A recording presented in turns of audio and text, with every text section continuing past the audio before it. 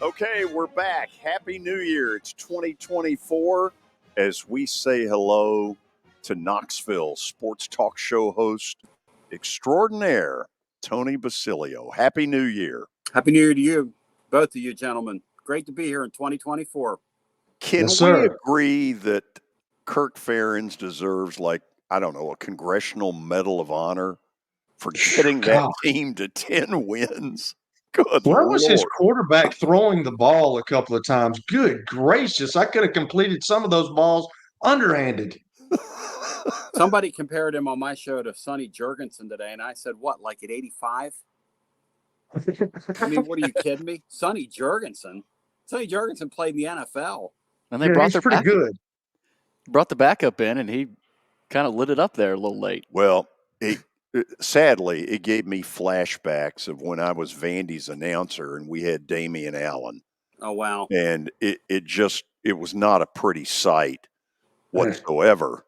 And anyway, that's just sort of a sidebar to the real stuff, which is I'll guarantee without having heard a minute of your post game that people were calling going, what if Heupel had played this kid in October? How much different would it have been? George, that guy's special, man. You know, those guys right there, we were talking down the air. You have them for 2 years. I don't think there's a program in the country that wouldn't trade with you. Their quarterback for that guy for 2 years right now. I mean, this guy he's like the kid that was the number one pick to the Carolina Panthers at the collegiate level plus 6 inches.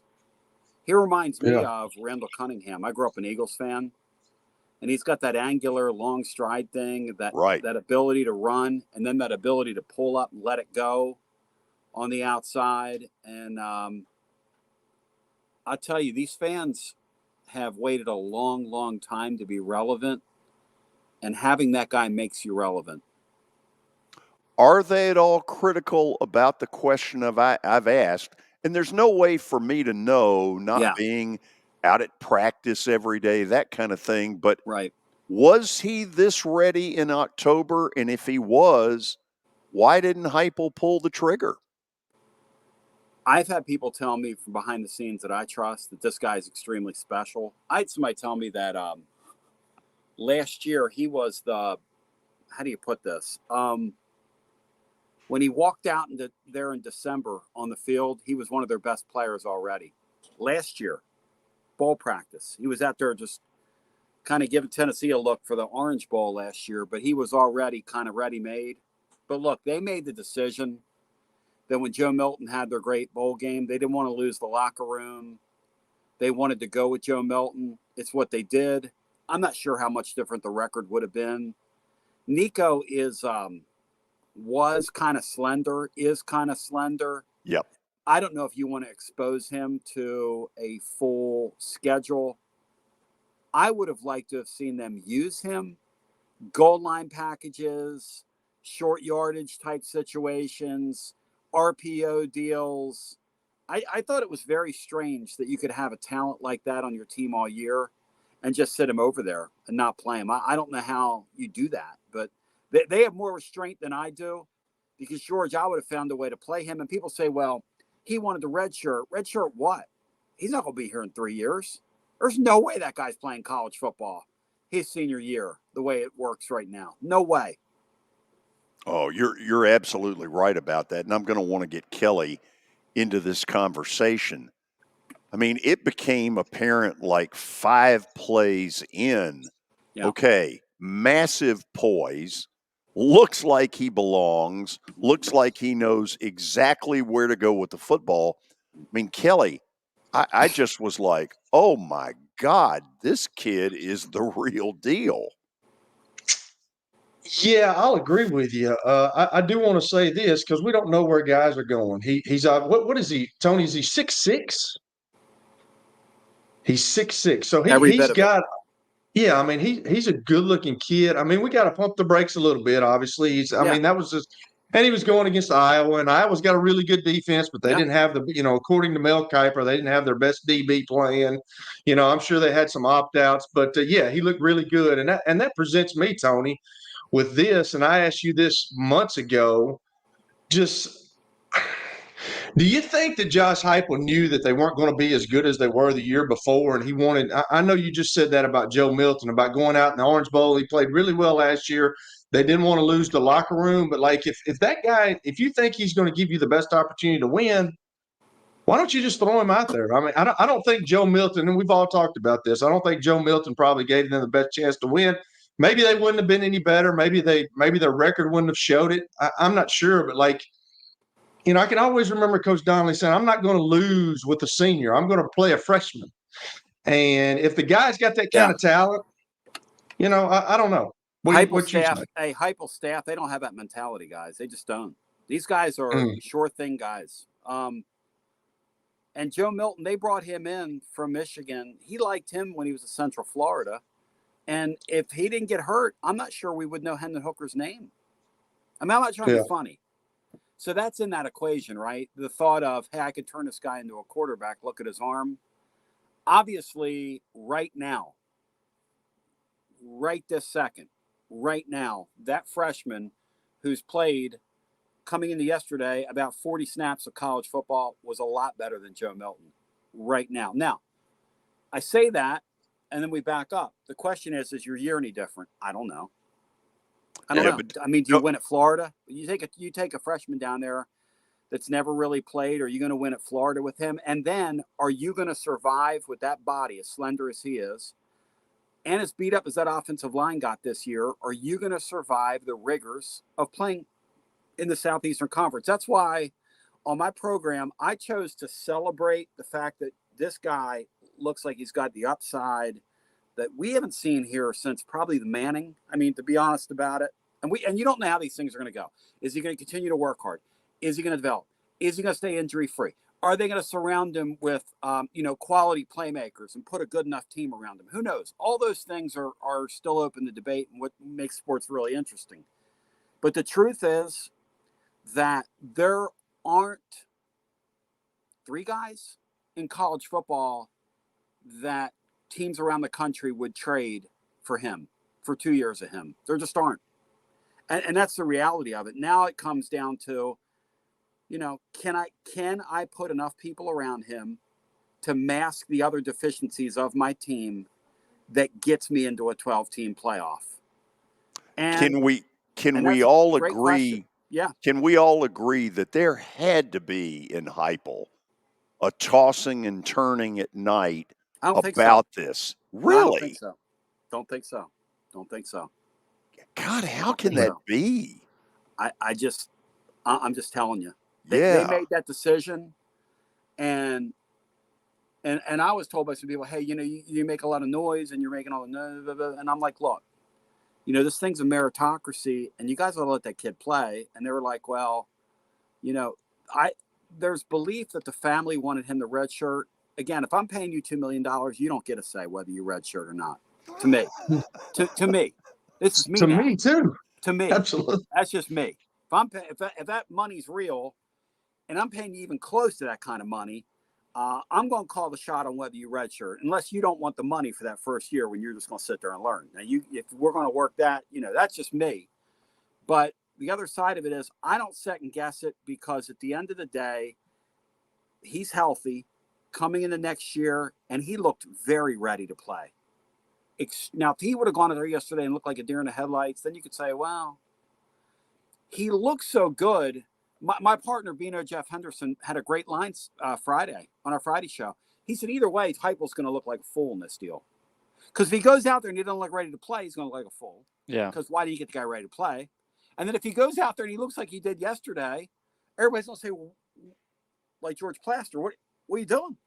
Like, we had John Adams on from the News Sentinel, and he was like, you mean to tell me you couldn't have found a way to get that guy on the field? You don't have playmakers. That was John's point. John's point is you had an offense this year could make plays, and you couldn't find a way to get that guy on the field, which I personally agree with that. And I wouldn't have started him and played him all the time, but I would have found situations to use him, because I'll tell you something, guys. Around the goal line, I mean, imagine Yes. him and the way he was, and Kelly. I mean, the way the ball fakes and the things the guy was doing were just so natural. You know, I play a lot of music. Okay, I compare that to, and people that are musical understand this. I compare it to a jazz musician. When a jazz musician, you play with those people, they can hear what the guy playing drums is doing, the gal playing the bass, somebody over here playing piano. They can hear it all. Me, I'm worried about my part. You know what I mean? And that's what most people are. Nico, I'm watching him yesterday, and you can see he's just kind of processing. He's got that thing way more down than Joe Milton does right now. Am I lying, Kelly? No, you're absolutely right. Right now. You're absolutely right. There's some guys that's just, and George, this is a thing, Billy. Like, you either got it or you don't, and some guys have it. I was fortunate enough, to be in that position where, I started as a true freshman. I had it. I just could see things. I could do things. I was a competitor. You just throw me in that position. It seems like that's kind of what he is, man. He looks natural doing things. He looked natural throwing the ball yesterday. Like, he made some throws that Joe Milton struggles with. I mean, he looked really good, man. It's his first game. We get that. I get that. And we do. He's a young guy.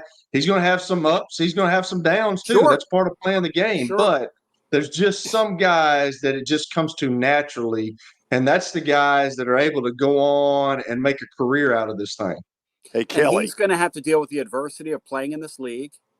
And of playing, like I was looking at one of the sports books has Tennessee 8th best odds to win the national championship in the SEC next year. Not nationally, in the SEC. And our fan base expectation here now is get to the playoffs during this guy's tenure. Get to the playoffs. If you don't do that, you failed. And I think that's fair. I think in the next couple of years, when you have one of these guys, you should play in a playoff. If you're doing your job recruiting the rest of your roster and developing the guys that are on your roster, I think that's a fair assessment. Y'all think about the ratcheting up of expectations that's coming out of this, the season ticket sales, SEC football media days. Sure. Holy cow. And seeing Danny White's game, he's going to raise those ticket prices too. I was laughing with the fans today. I said, get ready. Get ready for it. Because they're going to charge you for it. And when I saw that kid yesterday, I was going, cha-ching. Because, look, George, you and I both know it's really good for my business. People have this misconception about what we do, that it's really good to lose. Let me tell you something. You don't sell products when you're losing. People, when they're feeling good, they spend money. And you know what? People, when they're feeling good, want to tune in something and feel good about it. And that's why I have not been doing the rearview mirror thing about this season and what if he'd have played, what if he didn't. The important thing is you got one of these guys. Yes. And I'm not overreacting to it either. I mean, like Kelly said, to me, I just love the feel of the game. I mean, his numbers weren't all that great yesterday.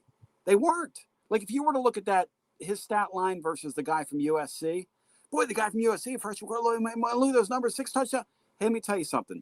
You called the guy at USC and say, hey, you want to make a trade? They would trade you tomorrow. Tomorrow they would make you the trade. So at the end of the day, Tennessee has this guy. Now what can they do with him? It's going to be really fun around here.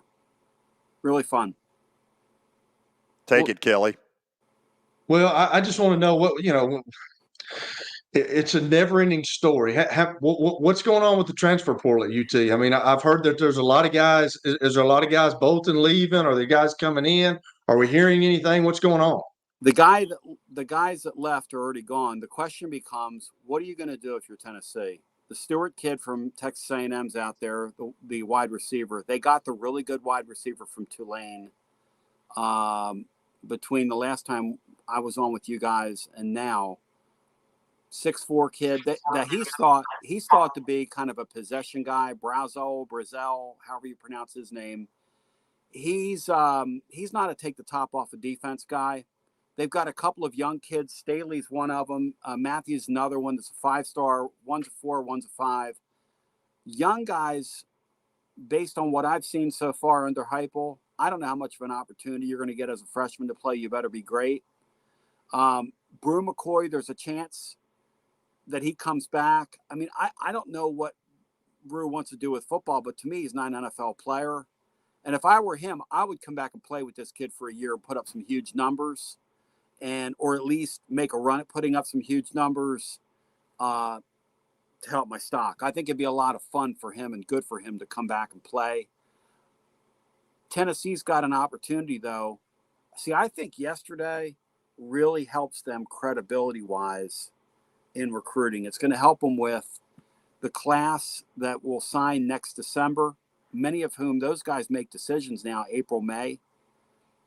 Having that guy go out there, Joe Milton opting out. And this is the crazy thing about this deal, guys, is if Joe Milton would have decided, hey, I'm going to play that bowl game, which I think they helped him opt out, to be completely honest about it, based on what I've been able to figure out. A little nudge. But if he would have played, Josh Heupel would have played him 90% of that game yesterday. That's what would have happened.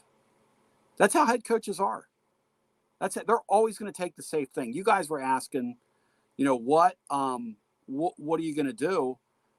Tennessee's still trying to add to their defense. So back to the portal. I've got like seven different thoughts going through my brain at one time. It's like living inhabiting a body with 9 different really intelligent people inside of it all at once. But they are trying to add to their defense. They've got a kid who was an all AAC defensive back from Temple, one of my Philly boys, coming in here tomorrow. They have a great opportunity at getting him. The Stewart guy is kind of interesting because it looks like Ole Miss has sort of walked away from him. He is a diva and a half. This guy has a tremendous following on social media. He's monetized it. He does all kinds of crazy things on social media. He's thought to be one of these real headstrong wide receivers. What was the kid's Beckham? The kid at LSU. What was that guy's name? Odell Beckham He's Jr. got that kind Odell? of thing about him, except he doesn't have the production to this point. So he's potentially a headache. He's a boomer bust guy. Heupel's a big culture guy. Do I want to introduce a guy like that into my culture? Look, if I had Nico and I'm them, Kelly, I'm putting the pedal to the metal and I'm throwing 2 great wide receivers around him if I can. I'm going to do everything in my power to put 2 great wide receivers around him because that's exactly what Georgia would do. That's exactly what Alabama would do. And that is exactly what Washington did with that Penix guy. They got him out of the portal and they put 2 excellent receivers around him. Boy, they sure did. And that's where they I are. agree. Look where they are. What is y'all's? Just give me y'all's on, and this goes to everybody, Billy too. Like, Yeah. what is it? What are y'all feelings about the opt out stuff? I mean, I was really cool with what Bo Nix did yesterday because Bo Nix didn't have to play, but he's been there. I'm one of those guys that if I could have had a shot to go to the NFL, and I knew that, I'm still going to play with my team. And I just is there some incentive that these colleges are going to have to do with this NIL money saying, if we're paying you this money, you need to play for us in the bowl game? I mean, will that ever come to that point? No. Or what is y'all's deal with the opt out? What is y'all's feelings? Well, first of all, NIL money is not pay for play. It can't be, or it's illegal. See, that's part of the game. That's part of the game. Yeah, okay. There are kids that have gotten paid by schools, NIL money, that have transferred and said, I'm not paying you a dime back. There's really nothing you can do about it. You're giving them that money for their name, image, and likeness. Now you're signing something, and I guess they could say we're not going to release your right, but who's going to play hardball with a kid? Do you want to be the one splashed on ESPN that's suing a kid and then trying to recruit future classes? The assistant coaches, Kelly, have created this thing. Yeah. We have coordinators. Look, when Tennessee played for a national title in '98, I'm not knocking David Cutcliffe. I'm not. But when they played for a national championship in '98, he left to go to Ole Miss, and Randy Sanders called the plays in the national championship game. That happened. That's been going on for over a generation. And you know what? When you do that, don't come crying to me when the kids leave, because it's the same thing. If you made it about business, am I wrong, George? I mean, it's a weird vibe that. The coach says, well, I've got to get to recruiting. This is all we've got. But can we at least admit we would all like to see all these kids play? Yep. Yeah. What's really sad is what happened to Florida State the other night. That is a tragedy. What Georgia did to them is disgraceful. I hope one day, if Kirby Smart gets in that spot, somebody beats the hell out of him on national television and embarrasses him like that. Because they knew what they were doing. Don't you think he did it, though, to try to bring light to, because at the press conference afterwards, he went off about, this is pathetic. Now, what he did wasn't great. Why you do that? I don't know. I don't know. I mean, I don't like it. Those kids, the kids that put the Florida State uniform on that night, they're the ones that answered the bell. To Kelly's point, I mean, why do I want to do that to those kids? That's our JV team. Yeah. They had 24 kids that didn't play. I mean, that was our JV team. The Orange Bowl really got screwed over in this thing because they got an inter-squad scrimmage. That's all they got. And I haven't looked at those numbers, but yeah. Tony, don't y'all think this is something where they're going to have a rule? Like, you know, now they're signing kids early instead of waiting until like February like they used to do. Why can't we push everything to February? Like, coaches cannot leave till February. You cannot be signed by another team till February. That makes all this different. The problem, Kelly, with college football is what the problem's been for 25 years, which is how we've gotten here. No commissioner, no leadership structure. And as long as you let these conference commissioners call the shot, these guys are pigs, man. These guys are pigs. They don't care. They're pigs. And they played pig poker with each other. And the guy on the West Coast doesn't exist anymore. That's all that is. That was a game of pig poker. And he got, he's on barbecue now. And the next, they're going to try to see who else they can barbecue. The guy in the ACC is up next. He's going, and there's going to be one head pig left when it's all said and done. I mean, but to your point, obviously you would push it all back. Obviously you would have, like in the NFL, if you mess with an assistant coach whose team's involved in a playoff, oh my God, lose draft picks for that. Yeah. But in this deal, you are incentivized to do it. Go and recruit go and get my coordinator. So okay, we've all been on this. College football needs a commissioner. Yeah. Is there in your mind the perfect name out there? No, I couldn't think of one. No. Yeah, no. Mm-mm. No. That's tough. You got somebody, George? Well, I will say this, and I'm not meaning this as a suck up, although it'll sound like it. When I hear Mac Brown talk on television, the guy makes a lot of sense. Yeah, somebody like that. I would lean toward Mac Brown, Saban, somebody like that. You're looking for a CM Newton type. Correct. Dressed in football gear. You're going to have to be somebody, though. I think Saban over Mac. I think Mac's got those political sensibilities, is my sense about him, which might make him good at it. But a guy that's not afraid to say, hey, this is what we're going to do, and this is what we're going to do. I don't care who it makes mad, who it makes angry. And maybe that would be more Bob Stoops, wouldn't it? Stoops, Saban, those types of people, yeah. Saban, when he talks, makes a lot of sense. I mean, when I hear him talk about the game, even though I hate to admit it, but, we've gotten here. It's real easy to blame the kids, guys. I just don't. Those coaches for years and years have told them these bowl games don't matter. There was a Tulane team that went 12-0 one year, and one of the Bowdens, I forget which one, took that job at Clemson, left his team. Yeah. What's the message? Sean King was the quarterback. I remember that. Yeah, Sean King. And I'm going to get mad at the kids?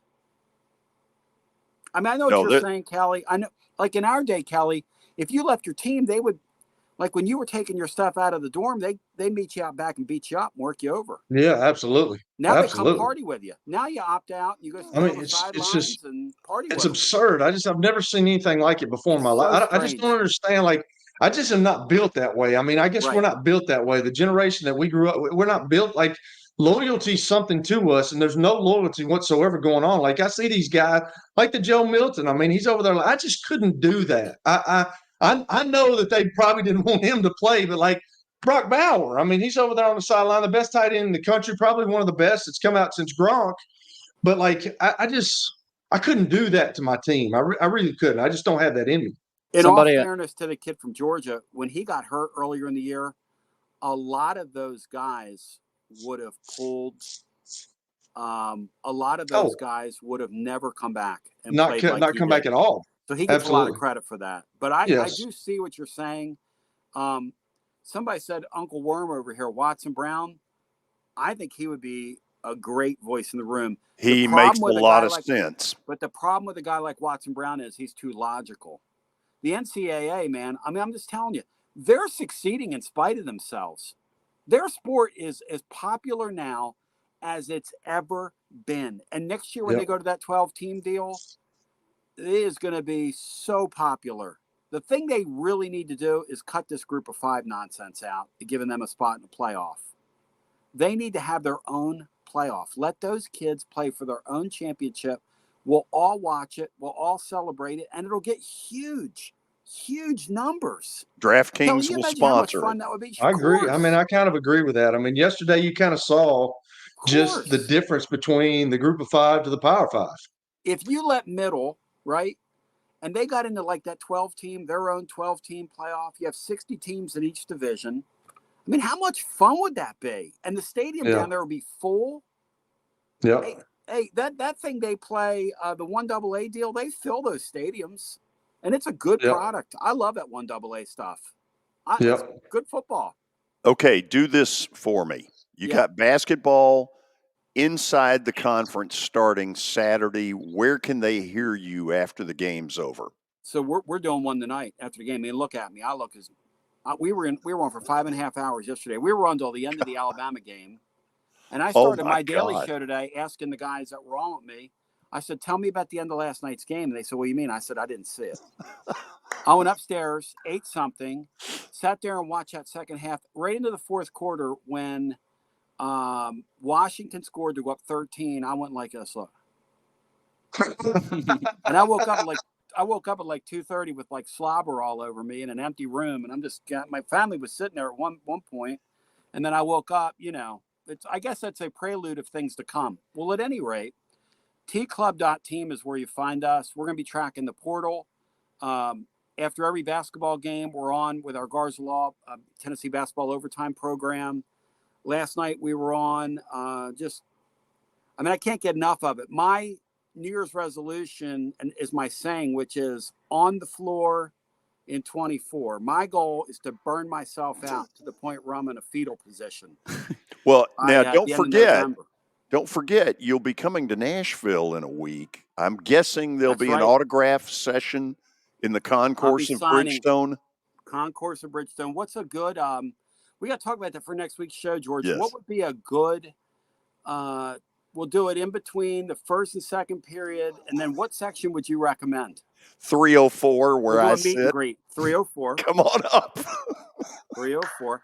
So, George, do you have, like, when you're there, I mean, obviously people recognize you. George, like the mayor, right? George, like they the don't mayor give a damn. They could care less. Absolutely. Knows everybody. Knows everybody. I bet you get mugged. It's kind of disheartening to know that he knows all these people too, Tony. It's really disheartening to me. Really, when you're out there and you're hopping? Yeah, absolutely. I mean, when you go to his bowling tournament, like I can't imagine that he has that many friends. It's really disheartening to me. Here's what I do, George Plaster. I saved the team. Damn glad to meet you. Do they give you the we recognize your voice, George, when you go into places? You get a lot of that, and a lot of them tell me just up front, you look better on radio. Oh yeah. I get that. I get that you have a face for radio. Yeah. Oh yeah. You get a lot of that. Your nose really isn't that big. I was talking about how big my nose is on the air, and they'll go, "Your nose really isn't that big," or "You really don't look like a Muppet like you say you do." So I like self-deprecating. I've gotten all of them. Yeah. Hey, between first and second period, I think we set up some sort of a table for you. Like the wrestlers do. What I'll do, I'll be the pregame show. Yes, you can say hello to me, but Tony, for $50, we'll sign your. I'll sign 8x10s. Absolutely. See ya. Thank you, guys. Appreciate it. Happy New Year. Happy New Year. I'll be talking to you.